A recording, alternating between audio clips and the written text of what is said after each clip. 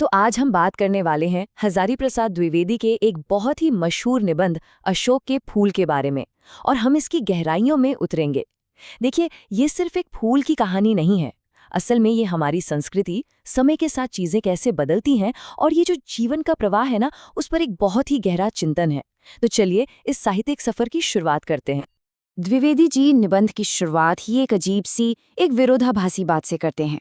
सोचकर देखिए, एक खिला हुआ सुंदर सा फूल, उसे देखकर तो किसी को भी खुशी होगी, है ना? पर लेखक का मन उदास हो जाता है। क्यों? बस यही वो उलझन है, यही वो पहेली है जहां से हमारी ये पूरी खोज शुरू होती है। और यही सवाल असल में इस पूरे विश्लेषण की जड़ है। ये एक मिस्ट्री की तरह है जिसे हम सब मिलके एक एक करके इसकी परतों को खोलेंगे। आखिर क्या राज छिपा है एक मुस्कुराते हुए फूल में जो किसी को उदास कर दे? तो इस रहस्य को सुलझाने के लिए सबसे पहले ये समझना जरूरी है कि अशोक का फूल हमारी संस्कृति में एक जमाने में कितना कितना जरूरी हुआ करता था। देखिए, एक जमाना था जब ये फूल कामदेव के 5 बाणों में से एक था। सोचिए, प्रेम के देवता का हथियार। महाकवि कालिदास ने अपनी कविताओं में इसका कितना जिक्र किया है। मतलब ये संस्कृति का एक सेंटरपीस था। और आज हालत यह है कि ज्यादातर लोग इसे पहचानते भी नहीं, शायद किसी और पेड़ से कंफ्यूज कर जाते हैं। बस यही जो फर्क है ना, यही हमारी कहानी का असली मुद्दा है। तो चलिए अब थोड़ा इतिहास की धूल झाड़ते हैं।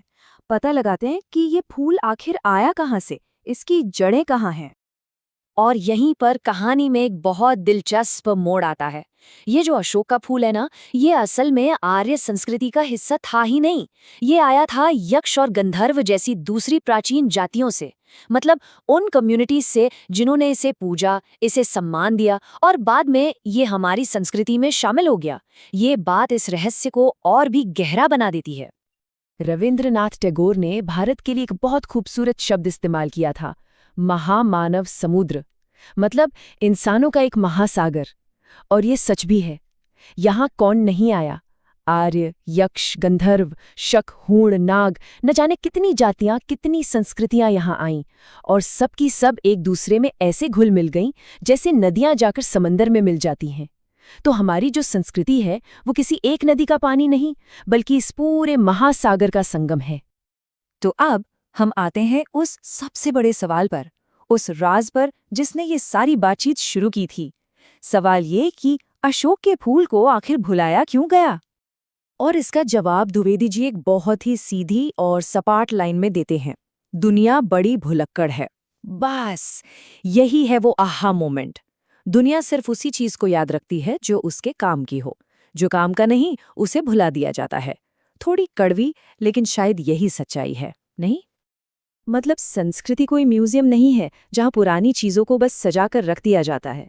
नहीं, ये तो एक बहती हुई नदी की तरह है।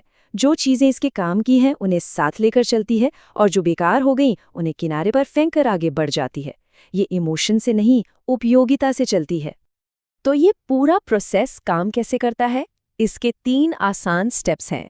पहला, नई चीजों को, नए विचारों को सोख लेना, उन्हें अपना बना लेना।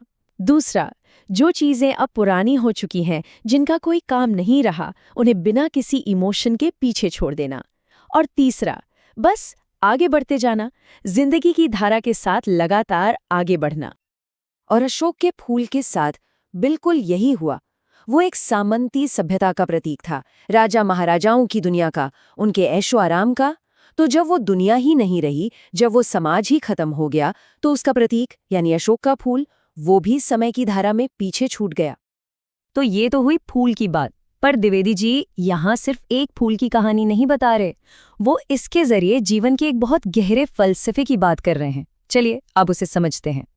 द्विवेदी जी इसके लिए एक बहुत ही पावरफुल शब्द का इस्तेमाल करते हैं, दुर्दम जुजीविषा। इसका मतलब है जीने की ऐसी जबरदस्त इच्छा जिसे कोई रोक नहीं सकता, कोई दबा नहीं सकता। ये इतनी ताकतवर है कि ये बड़ी बड़ी सभ्यताओं, बड़ी बड़ी संस्कृतियों को भी रौंद कर आगे निकल जाती है, अगर वो इसके रास्ते में आए। इसे समझाने के लिए द्विवेदी जी गंगा नदी का एक शानदार उदाहरण देते हैं। सोचिए, गंगा नदी में क्या क्या नहीं मिलता। अच्छा बुरा पवित्र अपवित्र सब कुछ, लेकिन फिर भी गंगा पवित्र ही रहती है और आगे बहती रहती है।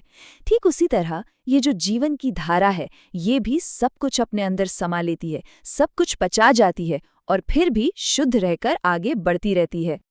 तो सवाल ये है कि ये जो निर्मम धारा है, ये अपने साथ बहाकर क्या ले जाती है? हर वो चीज़ जो अब बेकार हो चुकी है, पुरानी रस्में, पुराने विश्वास, इमोशनल अटैचमेंट, कोई भी ऐसी चीज़ जो जिंदगी की रफ्तार को कम करे, उसे ये धारा उठाकर किनारे फेंक देती है। तो चलिए अब घूमकर वापस उसी फूल पर आते हैं और उस पहली पहेली को सुलझाते हैं कि अगर सब कुछ इतना बदल गया तो फिर अशोक आज भी मुस्कुरा क्यों रहा है? इसका जवाब बहुत ही सीधा है। उदासी फूल में है ही नहीं, उदासी तो हमारे देखने के नजरिए में है। हम उसे देख रहे हैं और सोच रहे हैं कि अरे इसका तो सब कुछ लुट गया। हम उसे अतीत के चश्मे से देख रहे हैं, जबकि फूल वो तो आज भी वैसा ही है, अपनी मस्ती में, अपने आनंद में, जैसा वो 2000 साल पहले था। तो असली बात यह है कि अशोक का फूल नहीं बदला है, बदला है इंसान का मन, उसका नजरिया। और जीवन के इस प्रवाह में ये बदलाव जरूरी भी है, क्योंकि जो नहीं बदलता, समय की ये निर्मम दौड़ उसे बहुत पीछे छोड़ देती है। द्विवेदी जी कहते हैं कि हमारी ये जो उदासी है ना, वो हमारी अपनी पंडिताई की वजह से है। पंडिताई मतलब जरूरत से ज्यादा ज्ञान का बोझ। जब हम अतीत की बातों से, पुरानी यादों से बहुत ज्यादा चिपक जाते हैं, तो वो ज्ञान एक बोझ बन जाता है, और बोझ हमेशा नीचे की तरफ खींचता है, डुबोता है। लेकिन अगर हम उसी ज्ञान को हल्का फुल्का होकर अपना लें, तो वो हमें डुबोता नहीं बल्कि तैरने में मदद करता है। और आखिर में ये निबंध हमें एक बहुत बड़े सवाल के साथ छोड़ जाता है। सोचकर देखिए, आज जिन चीजों को हम अपनी दुनिया में बहुत कीमती मानते हैं, क्या पता कल आने वाला जमाना उन्हें भी ऐसे ही भुला दे जैसे अशोक के फूल को भुला दिया। ये एक ऐसा सवाल है जो हमें सोचने पर मजबूर करता है कि असल में जरूरी क्या है।